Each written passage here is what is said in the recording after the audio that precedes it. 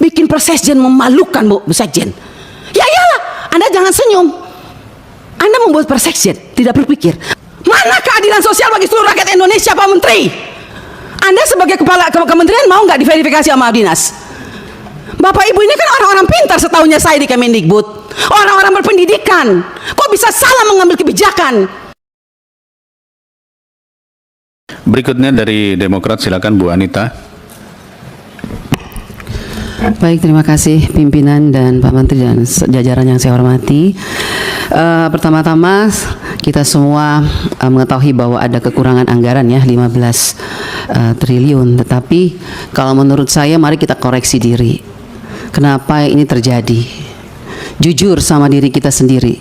Anggaran yang sudah diberikan begitu banyak tahun 2024 apakah sudah digunakan dengan baik atau tidak? Jangan kalau dikurangin kita sedih, tapi waktu dikasih banyak kita tidak menggunakannya dengan baik. Kenapa saya mengatakan tidak melakukannya dengan baik? Karena sampai hari ini Pak Menteri berulang kali saya katakan bahwa masih banyak persoalan terhadap realisasi anggaran dan penyerapan anggaran APBN itu ke daerah, baik transfer daerah, itu banyak persoalan. Mau masalah guru, sampai sekarang guru P3K yang sudah lolos P3K sampai sekarang belum dikasih SK. Provinsi NTT belum, mereka belum terima SK. Kedua, guru-guru daerah terpencil masih banyak yang belum terima juga tunjangannya. Ketiga, banyak bangunan-bangunan sekolah yang masih terbengkalai padahal dari 2021 anggarannya. Saya kasih contoh, di Kabupaten Kupang ada 17 sekolah bangunan yang dari 2001 sampai sekarang tidak terselesaikan. Mau lagi, kita lihat lagi dana-dana PIP. Nah, makanya kemarin saya mengatakan bahwa kalau KPK memberikan rekomendasi kepada Kemendikbud, harusnya Kemendikbud sadar. Kenapa kami di Dewan kami sudah bilang setiap rapat, banyak persoalan, lakukan pengawasan, laporkan kepada kami. Tapi kami tidak pernah didengar, ya kan? Akhirnya sekarang KPK memberikan rekomendasi, baru seakan-akan Kemendikbud kayak kebakaran jenggot. Bahkan kami anggota pemangku kepentingan mau diatur sama Kemendikbud untuk melakukan verifikasi oleh dinas. Loh, Anda sebagai kementerian mau nggak dilakukan verifikasi sama dinas? Jangan suruh dinas, jangan suruh apa yang kita usulkan harus dilakukan verifikasi oleh dinas. Kita ini lembaga tinggi negara, wakil rakyat. Kita yang menentukan anggaran di Indonesia ini. Bagaimana kepala dinas bisa memverifikasi data yang kita berikan? Anda sebagai kepala kementerian mau nggak diverifikasi sama dinas? Bapak Ibu ini kan orang-orang pintar setahunya saya di Kemendikbud. Orang-orang berpendidikan. Kok bisa salah mengambil kebijakan?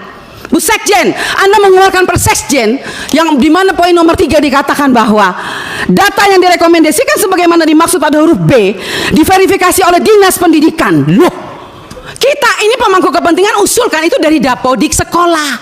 Dapodik itu harusnya kan, makanya tadi Pak Andre bilang operator sekolah itu diperhatikan karena semua itu dari operator sekolah.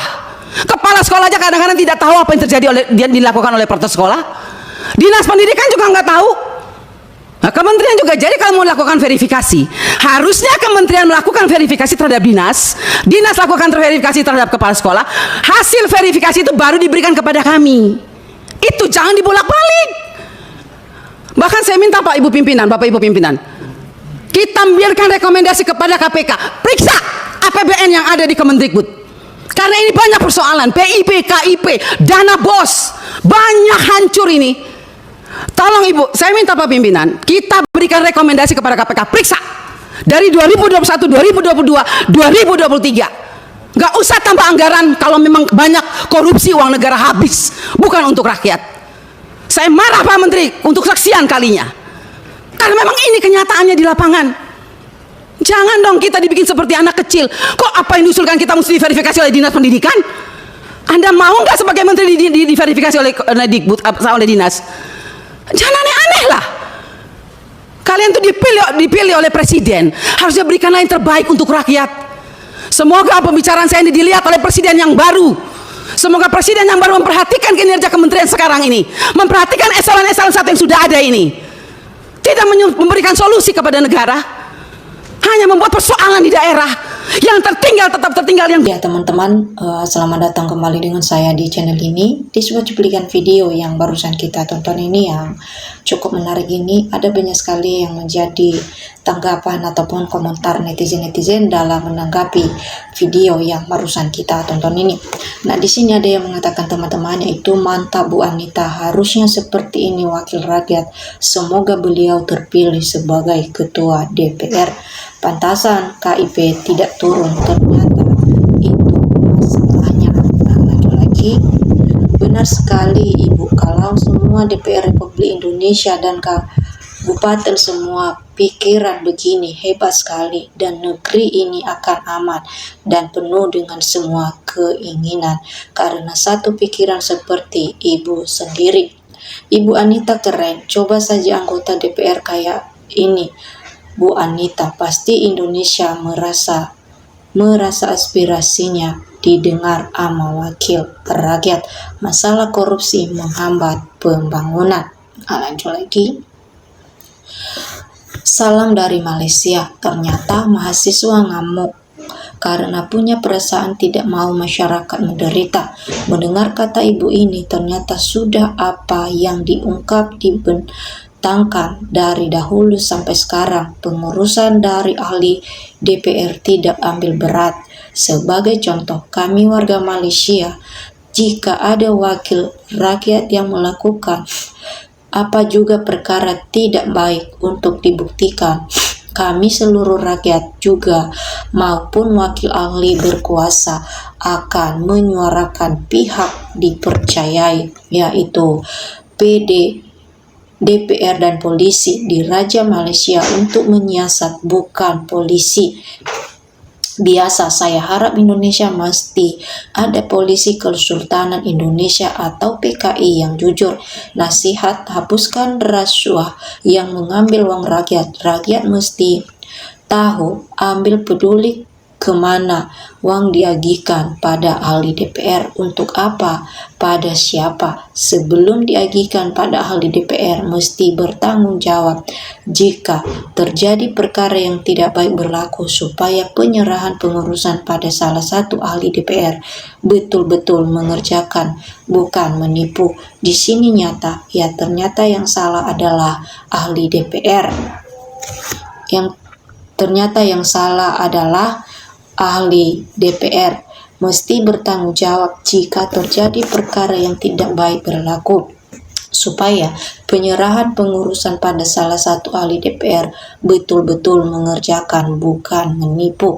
Di sini nyata, ternyata yang salah adalah ahli DPR yang menjalani tugas tidak betul, kewajibannya tidak sampai ke rakyat. Bukan saja ahli DPR, mesti orang bawahan juga mesti ada. Moga rakyat Indonesia sukses, selamat, dan berkah.